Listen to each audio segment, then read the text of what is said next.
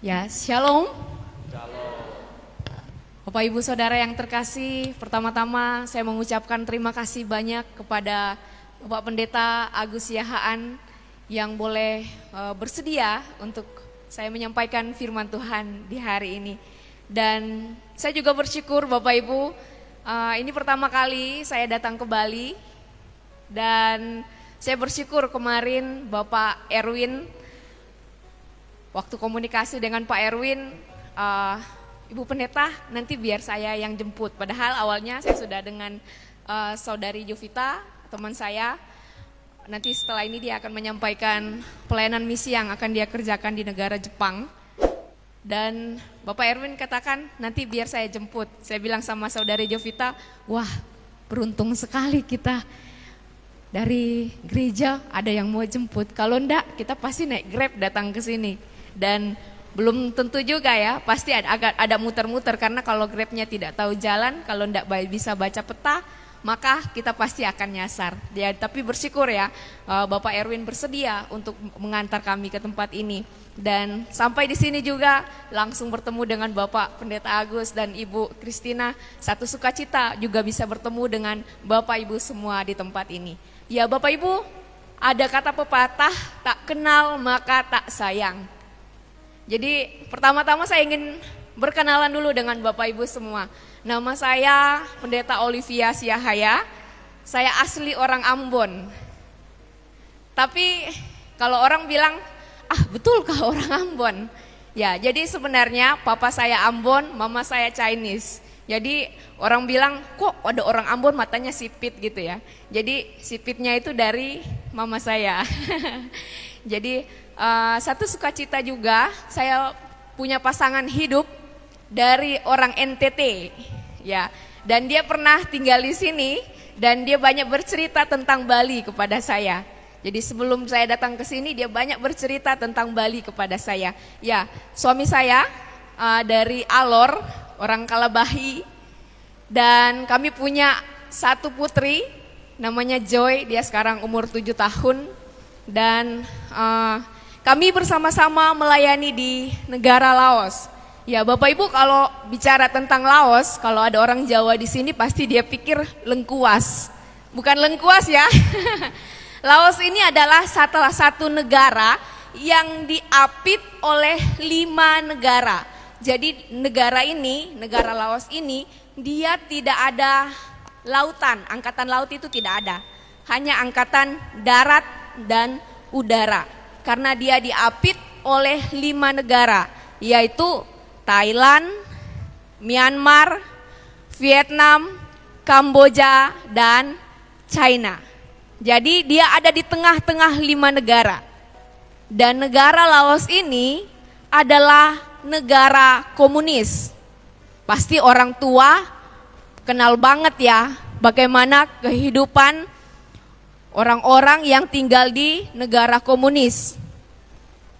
Mereka terkenal dengan kekejaman mereka. Mereka juga terkenal dengan penolakan mereka terhadap Injil. Ya, pasti orang tua pasti punya cerita yang khusus kalau berbicara tentang komunis. Nah, tidak berlama-lama dalam perkenalan, ya nanti dalam khotbah saya akan bersaksi juga. Kita mau mendengarkan firman Tuhan Bapak Ibu pada pagi hari ini. Mari saya mengajak kita semua membuka firman Tuhan di dalam Yohanes, Injil Yohanes pasal 8 ayatnya yang ke-12 sampai ayatnya yang ke-20.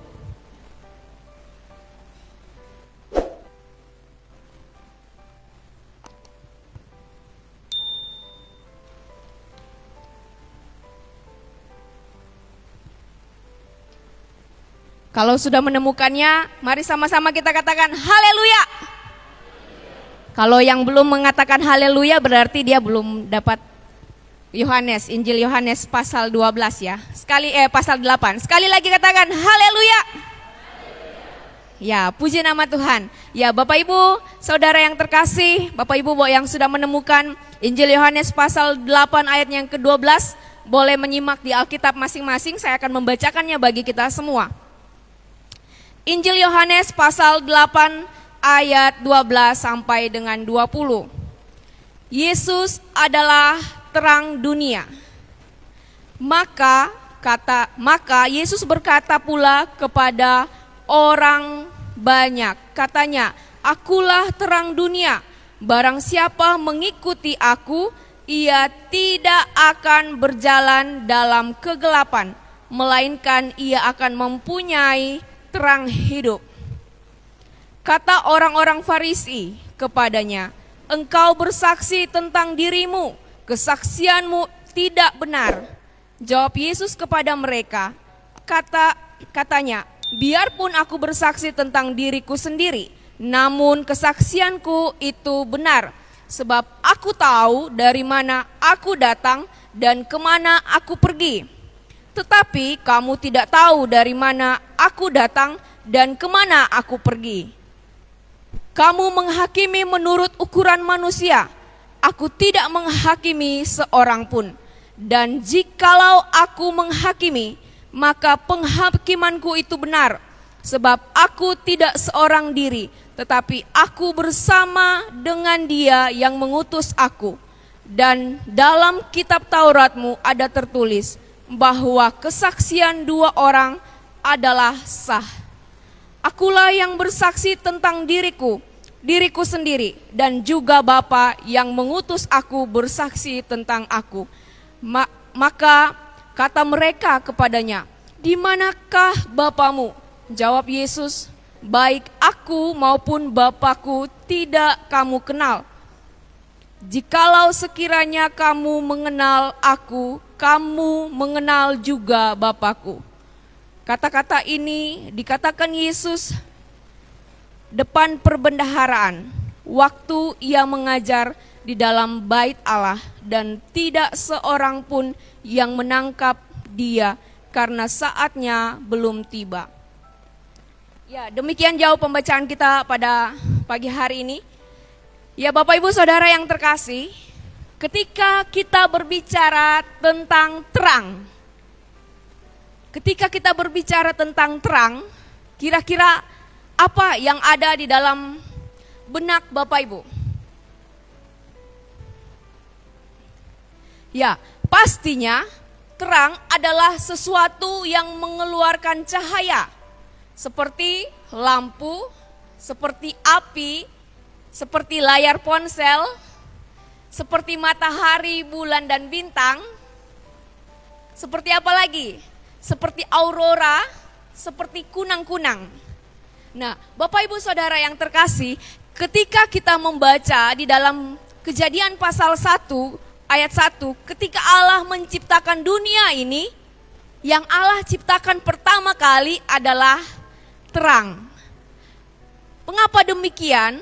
Karena terang sangat penting bagi kehidupan manusia. Bukan hanya manusia, segala yang hidup, tumbuh-tumbuhan pun membutuhkan cahaya.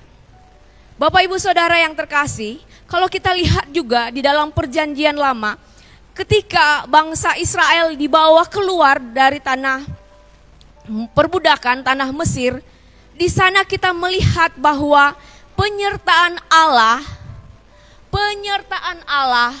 begitu luar biasa, sehingga Tuhan menyertai bangsa Israel dengan tiang awan dan tiang api.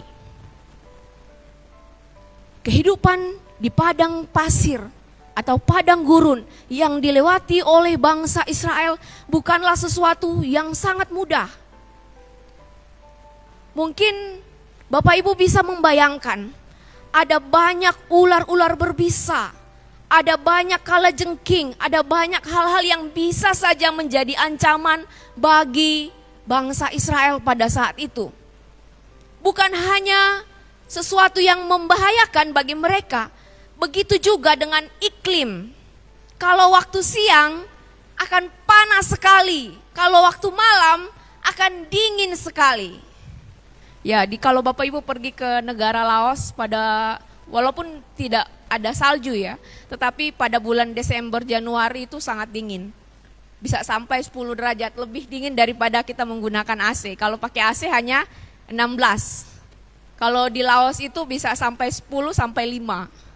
Dan itu rupanya membuat kita yang baru pertama kali datang ke sana itu kedinginannya luar biasa. Walaupun sudah orang bilang taruh api di dalam rumah kayak gitu ya, bikin api unggun gitu, api apa untuk kasih panas badan itu pun itu masih kurang karena sangat dingin. Nah, situasi yang dialami oleh bangsa Israel ini ketika ada di padang pasir, di padang gurun, di sana kita melihat bahwa Allah menyertai mereka dengan tiang api. Nah, Bapak Ibu Saudara yang terkasih, tiang api juga merupakan tanda kehadiran Allah di tengah-tengah bangsa. Dalam konteks yang saat ini, yang kita lihat di dalam teks firman Tuhan ini yang tadi kita baca, berbicara tentang bagaimana Yesus menyatakan dirinya kepada orang-orang yang ada di Bait Allah. Ini ada satu momen yang sangat penting yang Yesus pakai di sini. Dapat kita lihat di dalam ayatnya yang ke-20, di sana ketika Yesus berbicara, dia sedang ada di dalam Bait Allah dekat perbendaharaan. Ya.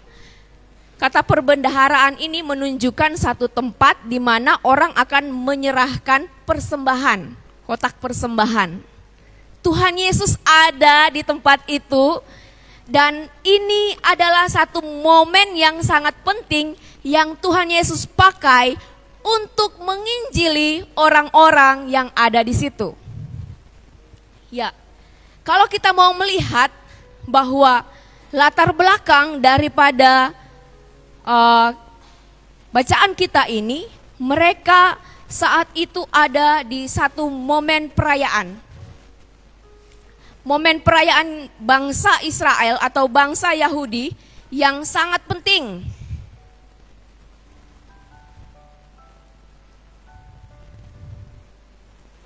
Ya, kalau kita melihat di dalam bangsa Israel itu ada 3 perayaan penting, yaitu perayaan Paskah, Pentakosta, dan Tuhan Yesus memakai hari raya ini untuk memberitakan Injil kepada orang-orang yang ada di situ. Sebentar ya, Bapak Ibu, saya laptopnya ada gangguan.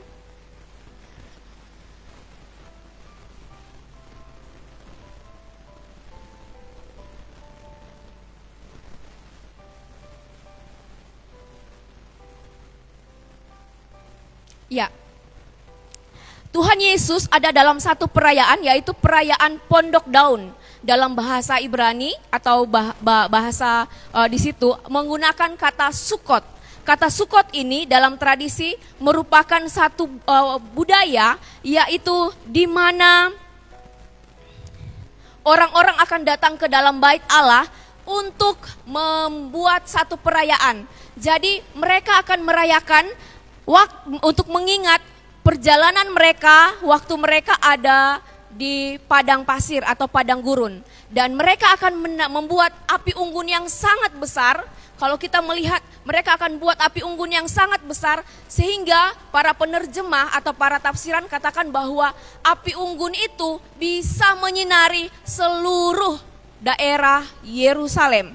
Nah, Bapak Ibu, bagian yang pertama yang akan kita belajar daripada teks firman Tuhan ini, yaitu Yesus berkata, "Akulah terang dunia." Yesus adalah satu-satunya terang dunia. Mari kita melihat ayat ini. Dia katakan, "Akulah terang dunia." Kata "aku" di sini dalam bahasa Yunaninya menggunakan kata egoemi. Kata ini menunjukkan identitas daripada Allah, identitas daripada Yesus bahwa Dia adalah Allah. Yesus menggunakan frasa ini untuk menegaskan bahwa Dia bukan hanya seorang guru. Dia bukan hanya seorang guru, tetapi Dia juga adalah nabi. Dia juga bukan seorang nabi, tetapi lebih lagi Dia adalah Allah sendiri.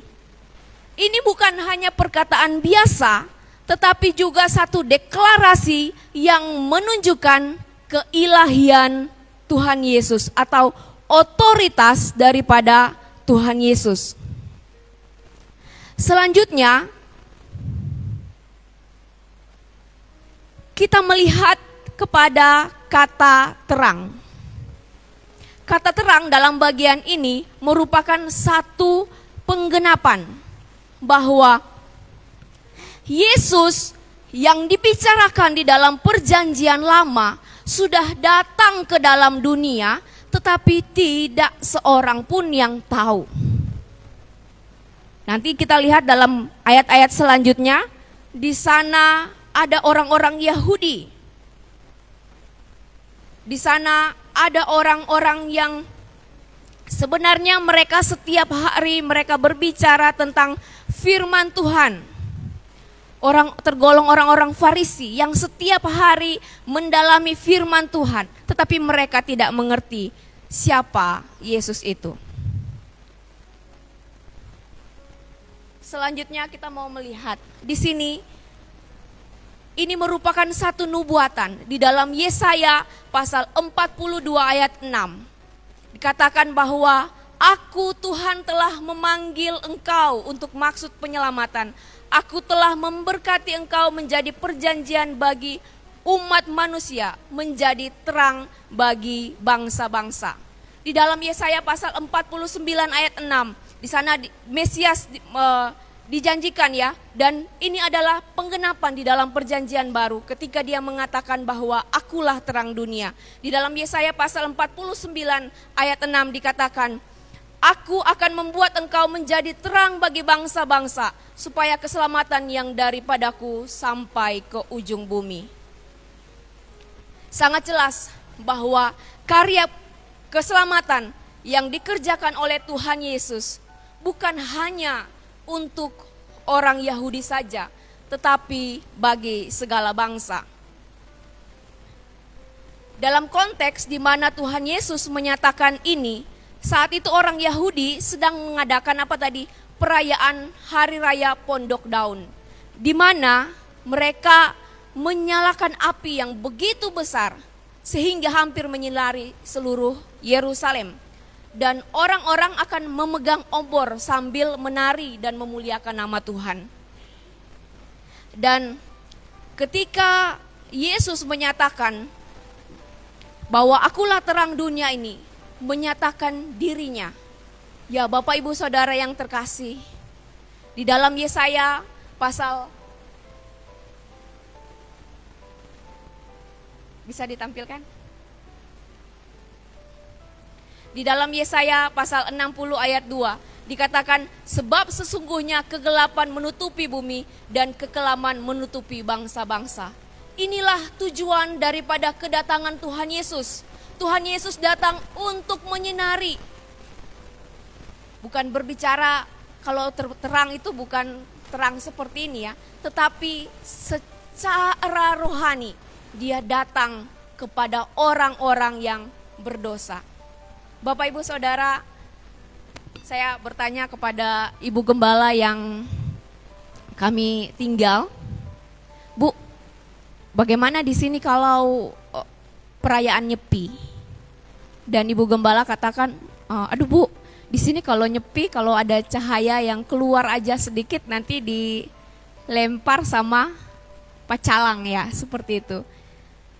Dan saya bilang, wah itu juga ya mengapa sampai memang gerejanya harus banyak ditutup, tidak banyak jendela seperti itu ya.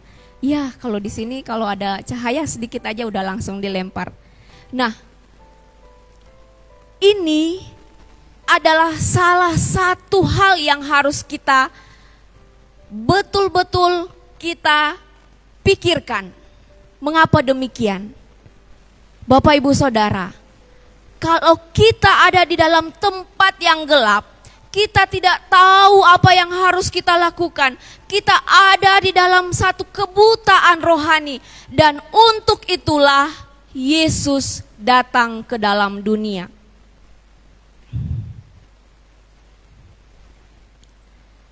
Selanjutnya, Tuhan Yesus setelah dia katakan, akulah terang, kata dunia ini menunjukkan kepada fokus utama Tuhan Yesus.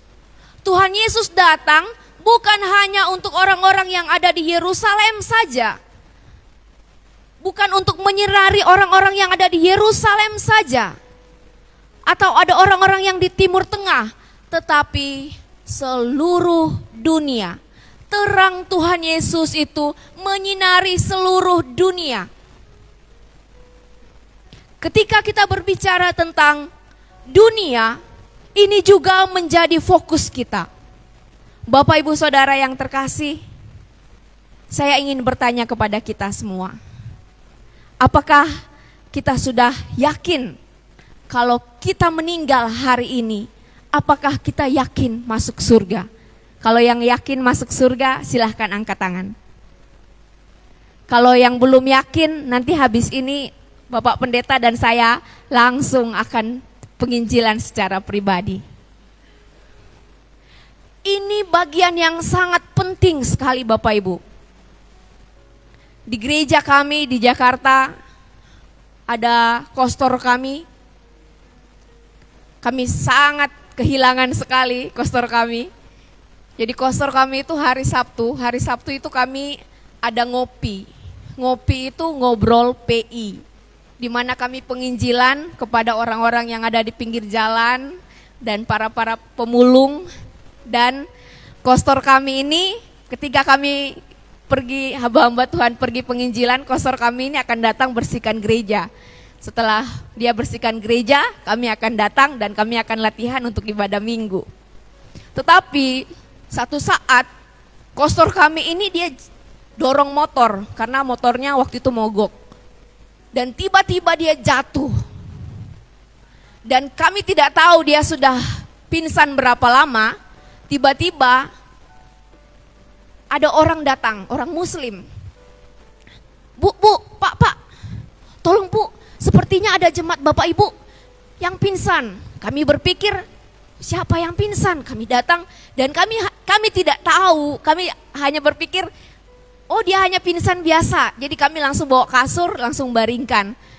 Tapi ada teman-teman pemuda yang katakan, Kak Olive, sepertinya Bapak itu sudah meninggal. Saya bilang, betulkah? Langsung dia katakan, iya, tadi saya sempat periksa nadinya. Dan ternyata sebelum dibawa ke gereja, padahal dia pingsannya itu dekat rumah sakit, tapi istrinya langsung bawa ke gereja. Dan akhirnya dari gereja kami langsung bawa ke rumah sakit. Ternyata dokter menyatakan dia sudah meninggal. Tetapi satu sukacita bagi kami semua di gereja bahwa kostor kami sudah yakin kapanpun dan dimanapun dia meninggal, dia sudah yakin dia pasti masuk surga. Dan Bapak Ibu, kita harus sungguh-sungguh percaya. Tidak hanya percaya, karena saat ini ada banyak orang Kristen yang istilahnya Kristen KTP. Ini kita berbicara tentang dunia ya, jadi saya akan berbicara agak sedikit panjang. Ada banyak orang yang mengatakan bahwa saya sudah Kristen, tetapi dia tidak mengenal Kristus secara pribadi. Itu kalau di dalam penginjilan itu disebut melompat dalam gelap.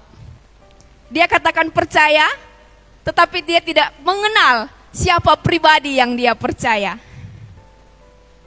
Ada juga orang yang katakan percaya, tetapi tidak mau datang kepada sumber yang memberikan kehidupan itu. Kalau dalam penginjilan ini disebut namanya iman yang tidak mengandalkan. Bapak Ibu tahu bahwa Yesus bisa menyelamatkan, bahwa Yesus sudah lahir ke dalam dunia dan melakukan banyak mujizat. Tetapi ketika kita tidak datang kepada pribadi itu, sama aja iman yang tidak mengandalkan. Atau ada yang ketiga, iman yang sementara. Di sini ada orang-orang muda ya. Ketika mau cari pacar, harus sungguh-sungguh berdoa. Ketika mau cari pekerjaan, baru sungguh-sungguh berdoa. Ketika lagi tidak ada uang, baru sungguh-sungguh berdoa. Itu bernama iman yang sementara. Hanya sementara aja, hanya untuk keperluan-keperluan pribadi baru datang kepada Tuhan. Itu juga tidak menyelamatkan. Iman yang sungguh-sungguh adalah iman yang tidak hanya di akal saja, tidak hanya di mulut saja, tetapi iman yang menyelamatkan. Iman yang menyelamatkan adalah iman yang mengandalkan kepada Tuhan Yesus. Mengandalkan diri, hidup dan kehidupan kita hanya kepada Tuhan Yesus. Ada juga orang katakan gini, saya yakin saya mati pasti masuk surga. Karena apa? Karena saya melayani di gereja. Karena saya apa? Karena saya rajin berdoa. Karena saya rajin memberikan persembahan. Karena apa? Karena saya betulkan atap gereja. Jadi kalau jatuh, mati, pasti saya masuk surga. Karena apa? Karena saya sedang melakukan pekerjaan Tuhan. Bapak Ibu Saudara yang terkasih, pertanyaannya, harus sebaik apakah kita? Karena tuntutan Tuhan adalah sempurna. Saya ingin bertanya, waktu Bapak Ibu sekolah, nilai yang sempurna itu nilai berapa? 100. Kalau 99,9, apakah sudah sempurna? Belum, karena nilai sempurna adalah 100. Bapak Ibu Saudara yang terkasih, artinya bahwa sebanyak apapun kebaikan kita, tetapi satu dosa saja bisa membuat kita gagal masuk ke dalam kerajaan surga. Karena tuntutan Tuhan tadi itu apa? Sempurna. Tuntutan Tuhan itu adalah sempurna. Dan ketika kita berbuat baik, kita sama saja dengan orang-orang yang ada di luar sana. Mereka juga melakukan kebaikan. Bahkan saat ini di Jakarta, Bapak Ibu, ada namanya Jumat Berkah. Jumat Berkah itu di mana mereka akan membagi-bagikan makanan kepada orang-orang yang kekurangan.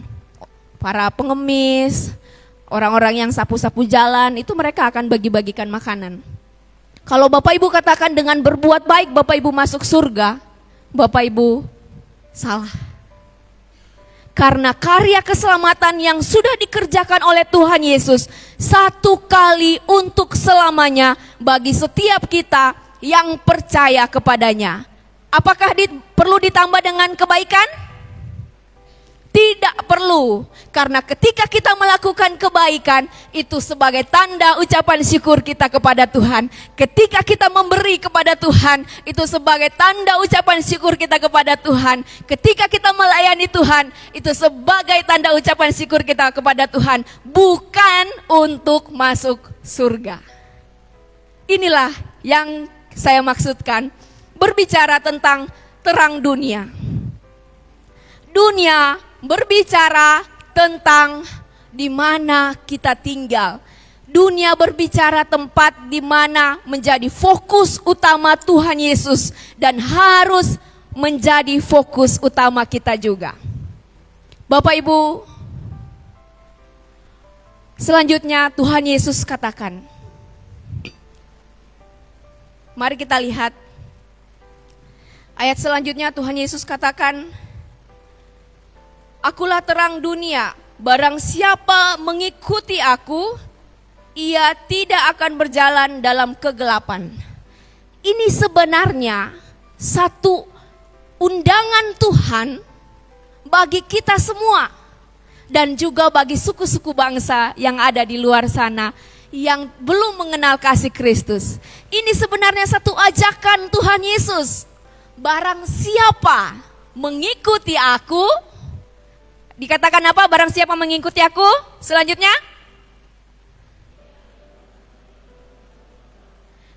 ia tidak akan berjalan dalam kegelapan.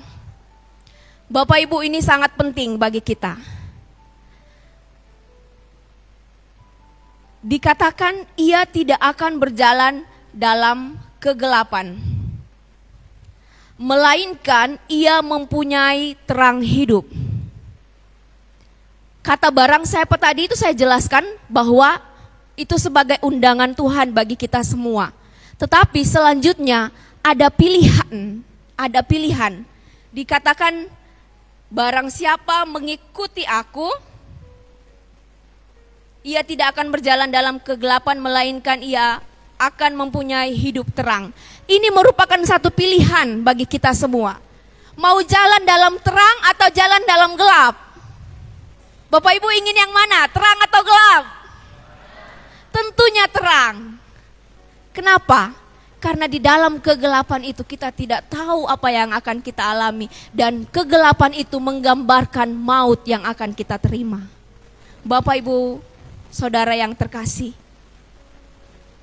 kami melayani di negara Laos, kami menjangkau suku Bung.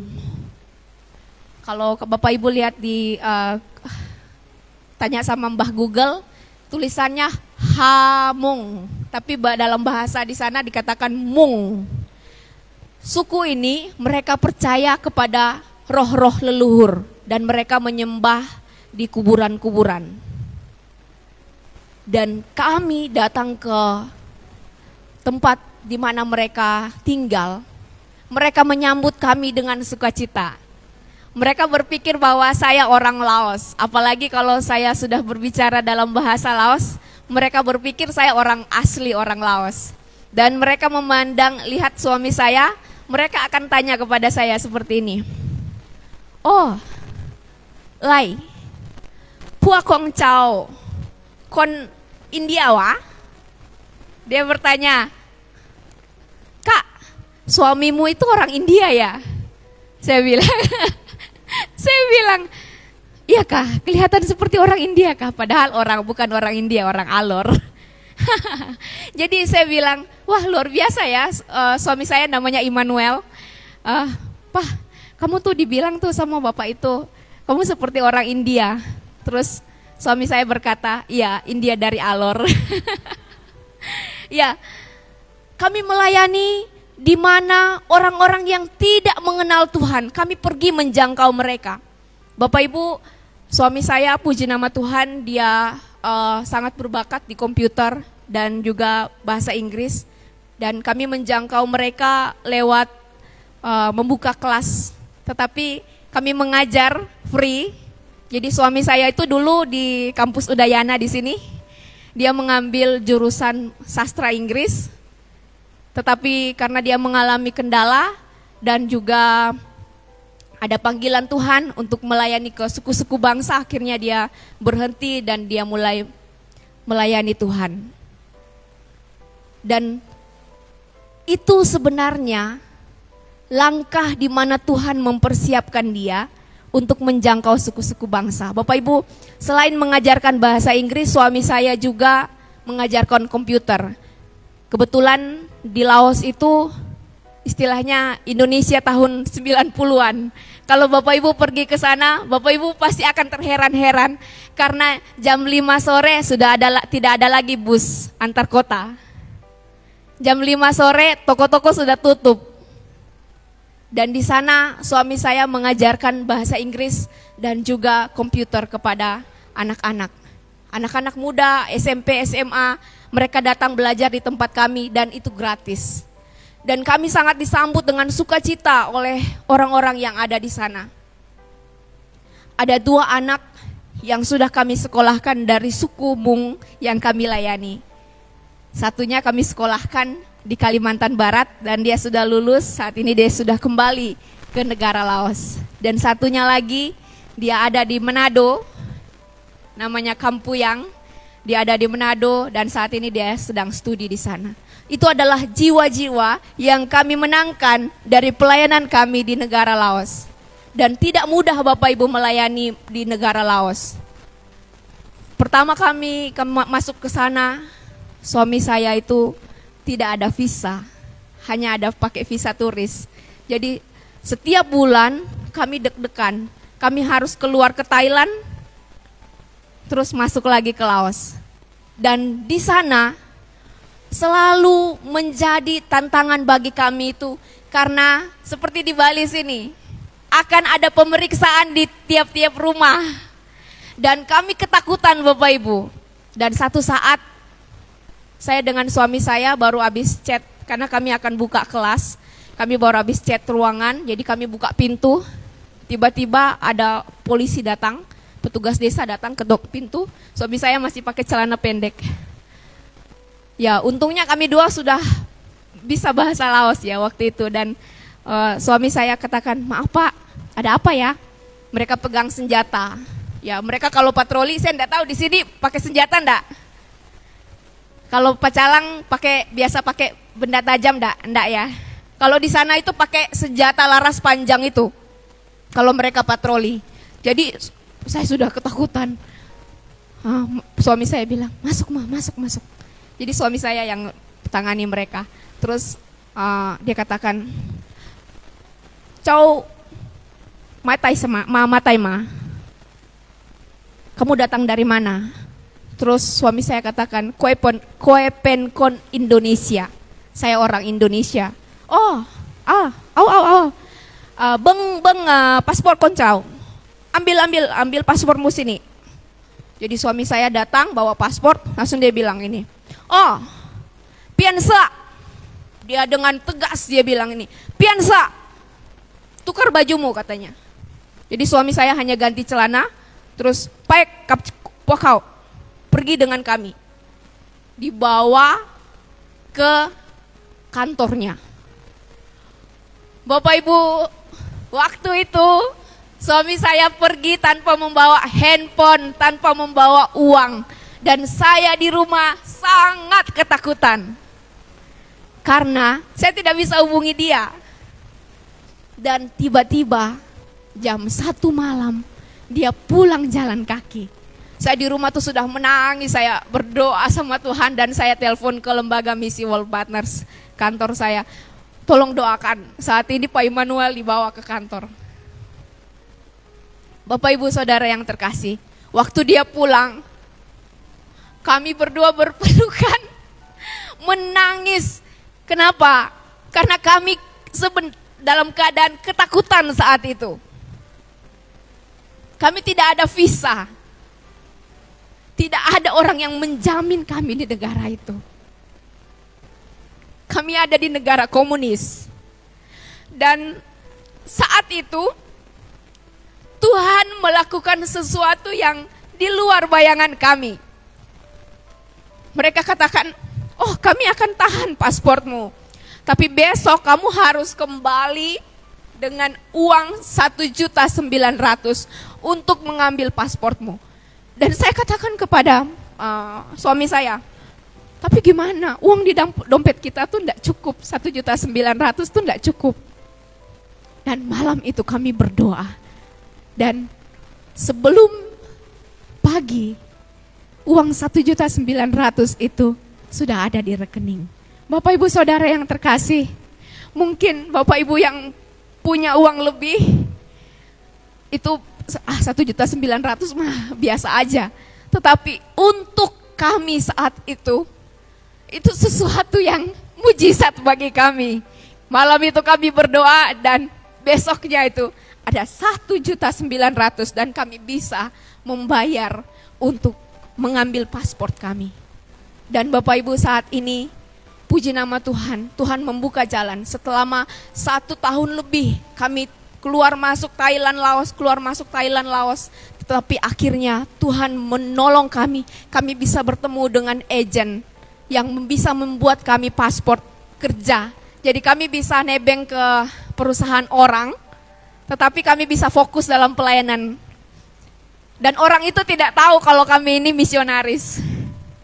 Tetapi orang itu sangat baik seperti saudara. Jadi ketika Pak Immanuel bertemu namanya Mesterna, kalau bertemu dengan Mesterna selalu Pak Immanuel baru tanya, gimana kabarmu Mesterna? Dia akan bercerita bagaimana bisnisnya dia. Dan Pak Immanuel akan bersaksi tanpa dia mengetahui bahwa kami adalah misionaris, kami adalah hamba Tuhan. Itulah menjadi terang dunia, Bapak Ibu Saudara yang terkasih. Ya, selanjutnya saya berharap Bapak Ibu tidak bosan ya untuk mendengarkan firman Tuhan ini. Ya. Selanjutnya Yesus berkata, barang siapa mengikuti aku, keputusan yang kita ambil saat ini itu menjamin kehidupan kekekalan.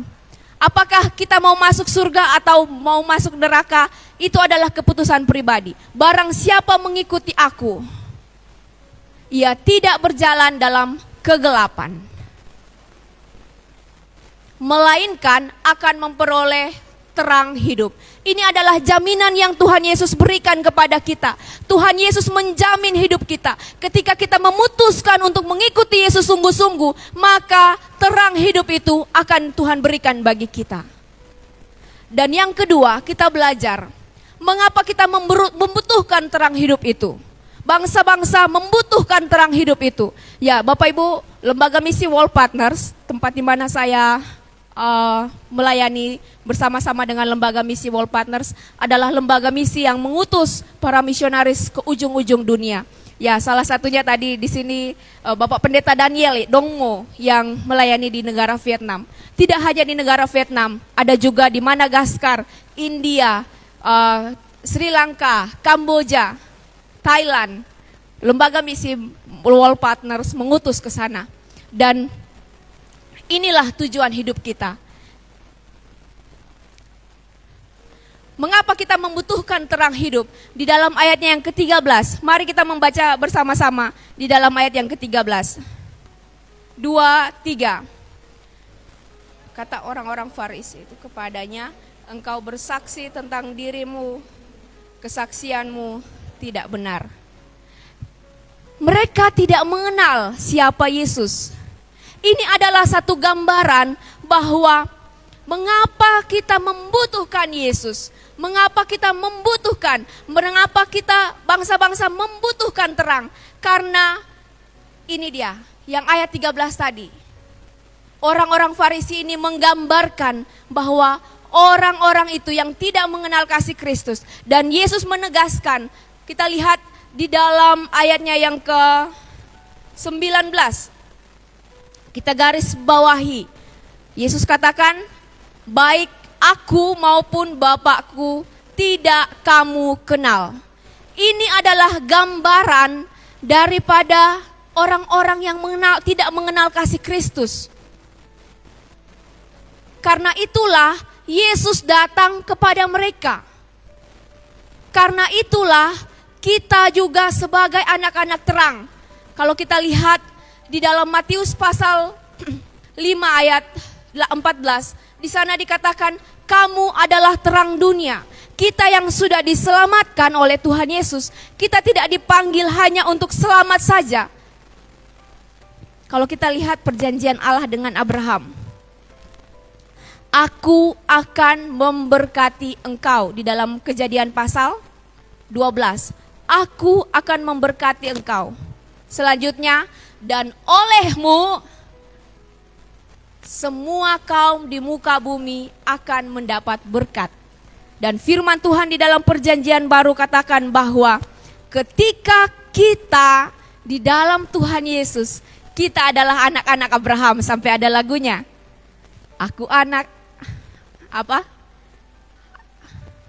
Lagu Abraham, anak Abraham mempunyai banyak sekali anak-anak, aku anaknya dan kau juga. Dan ketika kita katakan bahwa kita adalah anak Abraham, kita menerima janji yang sama bahwa anak Abraham tidak hanya untuk diberkati tetapi menjadi berkat. Apakah hanya untuk orang Bali saja? Tidak, tapi apa? Sampai ke ujung dunia. Ini sangat penting, ya, menjadi terang dunia. Kesimpulan bagi kita, ya, kesimpulan bagi kita mau melihat bahwa Yesus datang ke dalam dunia membawa terang bagi kita semua, dan terang itu dapat kita terima hanya melalui iman di dalam Kristus saja. Dan yang kedua, Yesus adalah terang dunia, mengutus kita untuk membawa terang ke segala suku bangsa agar namanya dikenal di antara segala suku bangsa. Amin. Puji nama Tuhan. Saya minta kesediaan Bapak Pendeta Agus untuk mengucap syukur untuk firman Tuhan ini.